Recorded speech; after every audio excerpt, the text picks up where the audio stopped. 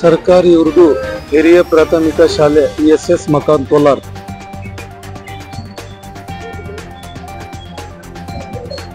ನೀವು ನೋಡ್ತಾ ಇದ್ದೀರಾ, ಈ ಸ್ಕೂಲ್ ಮುಂದೆ ಕಸ ಈ ತರ ಇದೆ. ಸರ್ಕಾರಿ ಶಾಲೆ ಮುಂದೆ ಯಾವ ತರ ನೀಟ್ನೆಸ್ ಇದೆ ಎಲ್ಲರೂ ನೋಡ್ಬೇಕು.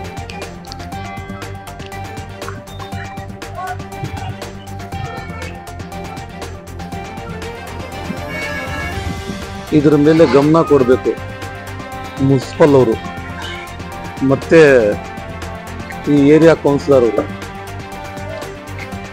ನೋಡಿ ನೀವೇ ಯಾವ ತರ ಕಸ ಹಾಕ್ತಾ ಇದ್ದಾರೆ. ನೀವು ನೋಡ್ತಾ ಇದ್ದೀರಾ ಯಶವಂತ್ ಕನ್ನಡ ನ್ಯೂಸ್. ನಮ್ಮ ಜೊತೆನಲ್ಲಿ CRP ಜಬೀವುಲ್ಲಾ ಇದ್ದಾರೆ ಮತ್ತು ಇಲ್ಲಿ ಎಸ್ ಮಕಾನು SDMC ಪ್ರೆಸಿಡೆಂಟು ಸಕೀರ್ ಪಾಷಾ ಅಂತ ಇದ್ದಾರೆ. ಅವ್ರ ಜೊತೆ ಸ್ವಲ್ಪ ಮಾತಾಡೋಣ. ಸರ್ ನಮಸ್ಕಾರ. ಸರ್, ಇಲ್ಲಿ ನಾವು ಲಾಸ್ಟ್ ಟೈಮ್ ಬಂದಿದ್ರು. ಇಲ್ಲಿ ಕಸಗಳು ಎಲ್ಲ ಇದೆ. ಮೇಡಮ್ಗೆ ಅವಾಗ್ಲೇ ಕೇಳ್ದೆ ನಾವು. ಮೇಡಮ್ ಅವರು ಹೇಳಿದ್ರು ಇಲ್ಲ ನಾನು ಅದ್ರ ಬಗ್ಗೆ ಮಾತಾಡಲ್ಲ ಅಂತ ಹೇಳಿದೆ. ನಾನು ಕೇಳ್ತಾ ಇದ್ದೀನಿ, ಇಲ್ಲಿ ಕೇಳೋದು ರೈಟ್ಸ್ ಇಲ್ಲ ಜನಗಳಿಗೆ. ಇವಾಗ ಸ್ವಚ್ಛತೆ ಅಂತ ಹೇಳೋದು ಒಂದು ರೈಟ್. ಸ್ವಚ್ಛತೆ ಕಾಪಾಡಬೇಕು, ಸ್ವಚ್ಛ ಭಾರತ ಅಂತ ಒಂದು ಮಿಷನ್ ಅಭಿಯಾನ ಇದೆ. ಅದಕ್ಕೋಸ್ಕರ ಮೇಡಮ್ ಹೇಳ್ತಾ ಇದ್ದಾರೆ, ಮಾಹಿತಿ ಕೊಟ್ಟಿದ್ದಾರೆ. ಬಟ್ ಕಾರಣಾಂತರ ಅದು ತಗೊಂಬಂದು ಇಲ್ಲೇ ಕಸ ಡಂಪ್ ಮಾಡ್ತಾರೆ. ನಾನೇನ್ ಹೇಳ್ತಾ ಇದ್ದೀನಿ, ಮೇಡಮ್ಗೆ ನಾವು ಅವಾಗ್ಲೇ ಬಂದೆ ಒಂದ್ ಗಂಟೆ ಮುಂಚೆ ಬಂದು ಕೇಳಿದೆ. ಆಮೇಲೆ SDMC ಪ್ರೆಸಿಡೆಂಟ್ ಅವ್ರಿಗೇನು ಕಾಲ್ ಮಾಡಿದೆ. ಅವಾಗಿಂದ ನಾನು ವೇಟ್ ಮಾಡ್ತಾ ಇದ್ದೀನಿ. ಇಲ್ಲಿ ಇಂಟರ್ವ್ಯೂ ತಗೊಂಡು ನಿಮ್ಗೆ ತೊಂದರೆ ಕೊಡ್ಬೇಕಂತ ನಮ್ದು ಉದ್ದೇಶ ಇಲ್ಲ. ನಮ್ಮ ಉದ್ದೇಶ ಏನಂದ್ರೆ ಶಾಲೆಗಳಲ್ಲಿ ಹತ್ರ ಕ್ಲೀನ್ ಆಗಿರ್ಬೇಕು, ಯಾವ ಮಕ್ಕಳದು ಸ್ಟ್ರೆಂತ್ ಎಷ್ಟೈತೆ, ಮತ್ತೆ SDMC ಪ್ರೆಸಿಡೆಂಟು ಮತ್ತೆ ಮೆಂಬರ್ಗಳು ಯಾವ ತರ ಡೆವಲಪ್ ಮಾಡ್ತಾ ಇದೆ ಅದ್ರ ಮಾಹಿತಿ ಜನಗಳಿಗೆ ಗೊತ್ತಾಗ್ಬೇಕಲ್ಲ. ಖಂಡಿತ ಗೊತ್ತಾಗ್ಬೇಕು. ಇವಾಗ ಶಾಲೆ ಇರೋದು ಜನಗಳಿಗೋಸ್ಕರ ಇರೋದು. ಮತ್ತೆ ಒಂದು ಸ್ವಚ್ಛತೆ ಒಂದು ಕಾಪಾಡಬೇಕು, ಒಂದು ಸುಂದರ ವಾತಾವರಣ ನಿರ್ಮಾಣ ಮಾಡಬೇಕು ಅಂತ ಎಲ್ಲರದು ಒಂದು ಇದು ಉದ್ದೇಶ. ಬಟ್ ಕಾರಣಾಂತರ ಇದು ಎಷ್ಟು ಸಲ ಹೇಳಿದ್ರೇನು ಇದು ಯಾರ್ಯಾರೋ ಬಂದು ತಗೊಂಡು ಹಾಕ್ತಾ ಇದ್ದಾರೆ. ಇದು ಮಾಹಿತಿ ಕೌನ್ಸಿಲರ್ ಕೂಡ ಹೋಗಿದೆ, ಅವರು ಕ್ಲೀನ್ ಮಾಡ್ತಾರೆ. ಬಟ್ ಕಂಟಿನ್ಯೂಸ್ ಇಲ್ಲಿ ಕ್ಲೀನ್ ಇರಲ್ಲ. ಅದಿರೋದು ತಕೊಂಡು ಹೋಗ್ತಾರೆ ಮತ್ತೆ ತಂದಾಕ್ತಾರೆ. ಈಚೆ ಕಡೆಯಿಂದ ಒಂದು ಮಾಹಿತಿ ಏನ್ ಸಿಕ್ಕಿದೆ ಅಂದ್ರೆ, ಇವಾಗ ನಗರಸಭೆಯವರೇ ಬಂದು ಇಲ್ಲಿ ಡಂಪ್ ಮಾಡ್ತಾ ಇದ್ದಾರೆ ಅಂತ ಈ ಮಾಹಿತಿ ಗೊತ್ತಾಗಿದೆ. ಅದಕ್ಕೆ ಕೌನ್ಸಿಲರ್ ಅವ್ರಿಗೆ ಒಂದು ಮನವಿ ಏನಂದ್ರೆ, ನಮ್ ಕಡೆಯಿಂದ ಅವ್ರು ಸ್ವಲ್ಪ ಶಾಲೆ ಹತ್ರ ಒಂದೆರಡು ವಿಸಿಟ್ ಕೊಟ್ಟು ಶಾಲೆ ಕಡೆ ಒಂದು ಸ್ವಚ್ಛತೆ ಕಾಪಾಡಿದ್ರೆ ಅವರು ಒಂದು ಸ್ಟೆಪ್ ತಗೊಂಡ್ರೆ ಇದು ಖಂಡಿತ ಇದು ಪರಿಹಾರ ಸಿಗುತ್ತೆ. ಸರ್, ಇಲ್ಲ ಯಾರ್ಯಾರು ನೋಡ್ತಾ ಇದ್ದಾರೆ ನಮ್ ಚಾನಲ್ ಅವರು ಯಶವಂತ್ ಕನ್ನಡ ನ್ಯೂಸ್ಗೆ, ಮತ್ತೆ ಜನಗಳಿದ್ದು ಒಂದ್ ಜವಾಬ್ದಾರಿ ಐತೆ. ನೀವು ಎಲ್ಲರಿಗೆ ಕೇಳಕ್ಕೆ ರೈಟ್ಸ್ ಐತೆ. Right to education, right to information ಅಂತ. ಅದು ನಿಮ್ ಬಗ್ಗೆ ನಿಮ್ಗೆ ಎಲ್ಲರಿಗೂ ಗೊತ್ತಾಗ್ಬೇಕು. ಕೆಲವರು ಶಾಲೆ ಹತ್ರ ಹೋದ್ರೆ ಟೀಚರ್ಸ್ಗಳು ಮತ್ತು HMಗಳು ಭಯ ಪಡ್ತಾರೆ, ಏನ್ ಕೇಳ್ತಾರಂತ. ಇದರಲ್ಲಿ ಏನ್ ಕೇಳೋದಿಲ್ಲ, ಜನಗೆಲ್ಲ ಗೊತ್ತಾಗ್ಬೇಕು. ಅದಕ್ಕೆ ನಾನು ಇನ್ನೊಂದು ತಮ್ಮ ಹತ್ರ ಮಾಹಿತಿ ಕೇಳ್ತಾ ಇದ್ದೀನಿ. ನಾವು ಶಾಲೆಗಳ ಹತ್ರ ನಾವು ಬಂದು ಕೇಳಿದ್ರೇನಲ್ಲ ಸರ್. ಇವಾಗ ಪೇರೆಂಟ್ಸ್ ಇರ್ತಾರೆ, ಮಕ್ಕಳು ಯಾವ ತರ ಬರ್ತಾ ಇದ್ದಾರೆ ಹೋಗ್ತಾ ಇದ್ದಾರೆ, ಇಲ್ಲಿ SDMC ಕಮಿಟಿ ಏನ್ ಮಾಡ್ತಾ ಇದೆ ಅದೆಲ್ಲ ಜನಗಳಿಗೆ ಗೊತ್ತಾಗ್ಬೇಕಲ್ಲ. ಖಂಡಿತ ಗೊತ್ತಾಗ್ಬೇಕು. ಯಾಕಂದ್ರೆ ಶಾಲೆ ಇರೋದು ಪಬ್ಲಿಕ್ಗೋಸ್ಕರ ಇರೋದು. ಪಬ್ಲಿಕ್ಗೆ ಒಂದು ಒಳ್ಳೆ ಎಜುಕೇಶನ್ ಹೋಗ್ಬೇಕು. ಏನ್ ಶಾಲೆಯಲ್ಲಿ ನಡೀತಾ ಇದೆ, SDMC ಕಮಿಟಿ ಇದೆ, SDMC ಅಧ್ಯಕ್ಷರು ಇರ್ತಾರೆ, ಪೇರೆಂಟ್ಸ್ ಬಾಡಿ ಇರ್ತದೆ, ಇದೆಲ್ಲ ಮಾಹಿತಿ ಹೋಗ್ತದೆ. ಇದು ಅವ್ರಿಗೆ ಖಂಡಿತ ರೈಟ್ ಇದೆ ಕೇಳೋದಿಕ್ಕೆ, ಅದರಲ್ಲಿ ಎರಡು ಮಾತಿಲ್ಲ. ಯಾಕಂದ್ರೆ ನಾನು ಅವಾಗ್ಲೇ ಮೇಡಮ್ಗೆ ಕೇಳಿದೆ, ರಿಕ್ವೆಸ್ಟ್ ಮಾಡಿದೆ.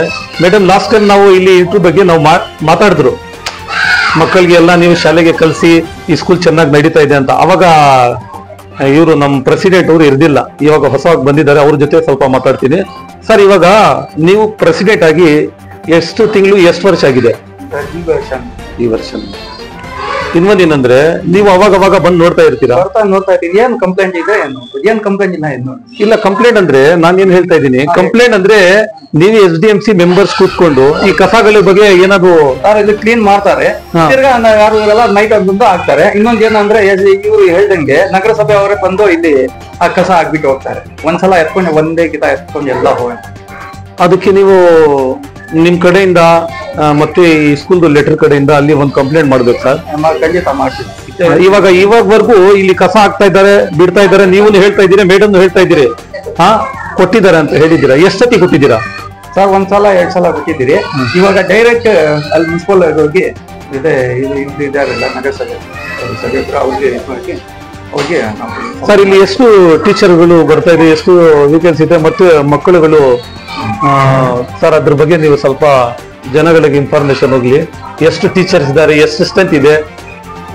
ಒಟ್ಟು ಈ ಶಾಲೆಯಲ್ಲಿ 1ರಿಂದ 8ನೇ ತರಗತಿವರೆಗೂ ಕ್ಲಾಸಸ್ ಇದೆ.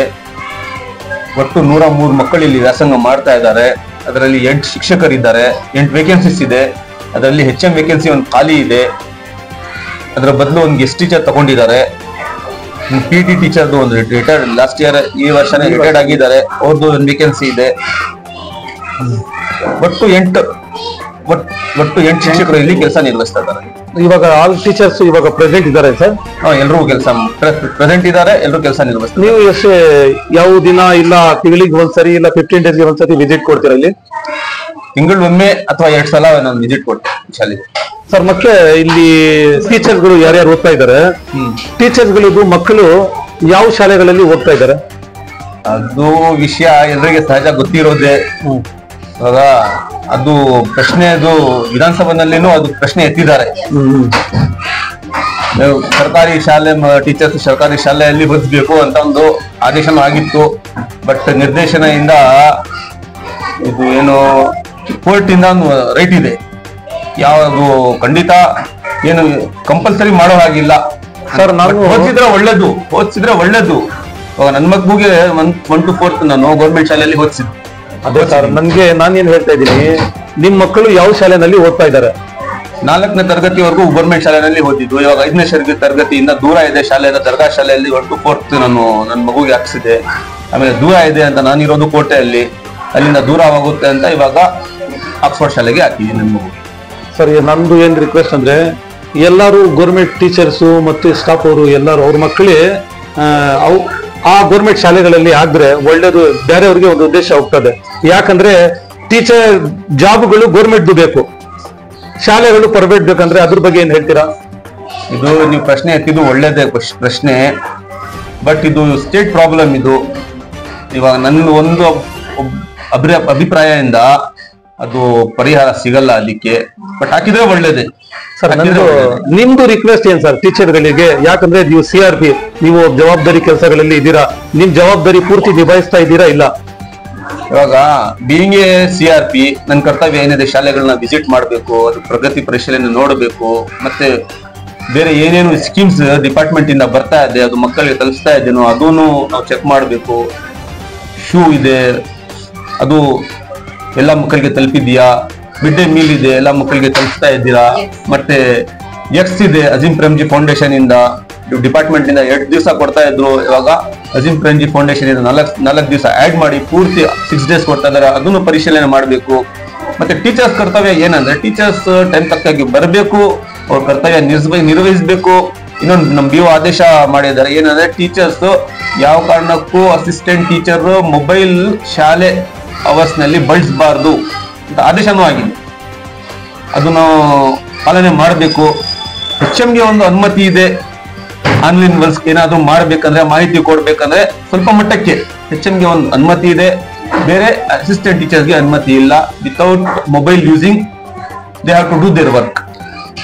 ನೀವು ನೋಡ್ತಾ ಇದ್ದೀರಾ ನೋಡಿ, ಒಂದ್ ಮಾತು ಏನಂದ್ರೆ, ನಮ್ಮ ದಬಿ CRP ಸಾರ್ ಏನ್ ಹೇಳ್ತಾ ಇದ್ದಾರೆ ಅಂದ್ರೆ, ಶಾಲೆಗಳಲ್ಲಿ ಟೀಚರ್ಸು ಬಂದ್ರೆ ಮೊಬೈಲ್ ಯೂಸ್ ಮಾಡಬಾರ್ದು. ಏನಾದ್ರು ಅಷ್ಟು ಅವಶ್ಯಕತೆ ಬಿದ್ರೆ ಕೆಲವು ಸಮಯದಲ್ಲಿ 2-3 ನಿಮಿಷ ಯೂಸ್ ಮಾಡಬಹುದು ಅಂತ ಹೇಳ್ತಾ ಇದ್ದಾರೆ. ಅದಕ್ಕೆ ನಾನು ಲಾಸ್ಟ್ ಪ್ರಶ್ನೆ ಒಂದು ಕೇಳ್ತಾ ಇದ್ದೀನಿ ಸರ್. ಇವಾಗ ಜನಗಳಿಗೆ ನಾನು ಹೇಳ್ದೆ ಅವಾಗ್ಲೇ ನಿಮ್ಗೆ, ಇಲ್ಲಿ ನಿಮ್ದು ರಿಕ್ವೆಸ್ಟ್ ಏನು? ಈ ಶಾಲೆಗಳಲ್ಲಿ ಎಷ್ಟು ಗಲೀಜು ಇದೆ, ಅದ್ರ ಬಗ್ಗೆ ಏನ್ ಹೇಳ್ತೀರಾ? ಗಲೀಜ್ ಇರಬಾರ್ದು, ಒಂದು ಸುಂದರ ವಾತಾವರಣ ಇರಬೇಕು. ಯಾಕಂದ್ರೆ ಆರೋಗ್ಯ ಕೆಟ್ಟೋಗೋದು ಇದು ಕೆಟ್ಟ ವ್ಯವಸ್ಥೆಯಿಂದಾನೆ, ಕಸದಿಂದಾನೆ. ಆ ಕೆಟ್ಟ ವಾಸನೆ ನಾವು ತಕೊಂಡ್ರೆ ನಮ್ಗೆ ಆ ಆರೋಗ್ಯಕ್ಕೆ ಅದು ಹಾನಿಕಾರಿ. ಅದು ಅದಕ್ಕೆ ನಾವು ಇನ್ನೊಂದ್ಸಲ ಒಂದು ರಿಕ್ವೆಸ್ಟ್ ಏನಂದ್ರೆ, ನಗರಸಭೆಗೂ ರಿಕ್ವೆಸ್ಟ್ ಮಾಡ್ತೀವಿ, ನಗರಸಭೆ ಸದಸ್ಯರಿಗೂ ನಮ್ ರಿಕ್ವೆಸ್ಟ್ ಏನಂದ್ರೆ, ಇಲ್ಲಿ ಸ್ವಲ್ಪ ಹೆಚ್ಚು ಗಮನ ಕೊಟ್ಟು ಸುತ್ತಮುತ್ತ ಒಂದು ಒಳ್ಳೆ ಒಂದು ಸ್ವಚ್ಛತೆ ಕೊಟ್ರೆ ಶಾಲೆಗೆ ಒಂದು ಒಳ್ಳೇದಾಗುತ್ತೆ ಅಂತ ನನ್ನ ಒಂದು ರಿಕ್ವೆಸ್ಟ್. ಪ್ರಾಬ್ಲಮ್ಗಳ ಮೇಲೆ ಪ್ರಾಬ್ಲಮ್ಗಳು ಇದೆ. SS ಮಕಾನು ಉರ್ದು ಶಾಲೆ ಹತ್ರ ಇವಾಗ ನಿಮ್ಗೆ ಆಲ್ರೆಡಿ ನಾವು ವಿಡಿಯೋನಲ್ಲಿ ತೋರಿಸಿದ್ದೀರಿ. ಮತ್ತೆ ನಮ್ಮ ಪ್ರೆಸಿಡೆಂಟು ಮತ್ತೆ CRP ಜಬಿ ಸಾರು ಮತ್ತೆ HM ಹತ್ರ ಎಲ್ಲರ ಹತ್ರನೂ ಮಾತಾಡಿದಿರಿ. ಅದಕ್ಕೆ ನನ್ನ ವಿನಂತಿ ಏನಂದ್ರೆ ಇಲ್ಲಿ ಡಿಪಾರ್ಟ್ಮೆಂಟ್ ಅವರು ಗಮನ ಕೊಡ್ಬೇಕು. ಗಮನ ಕೊಟ್ಟು ಇಲ್ಲಿ ನೀಟ್ನೆಸ್ ಮಾಡಿ ಕೊಟ್ರೆ ಮಕ್ಕಳಿಗೆ ಆರೋಗ್ಯ ಚೆನ್ನಾಗಿರ್ತದೆ, ಮತ್ತೆ ತಿನ್ನೋ ಎಲ್ಲ ಚೆನ್ನಾಗಿದೆ. ದಯವಿಟ್ಟು ಅದ್ರ ಮೇಲೆ ನೀವು ಗಮನ ಕೊಡ್ಬೇಕಂತ ನನ್ನ ವಿನಂತಿ.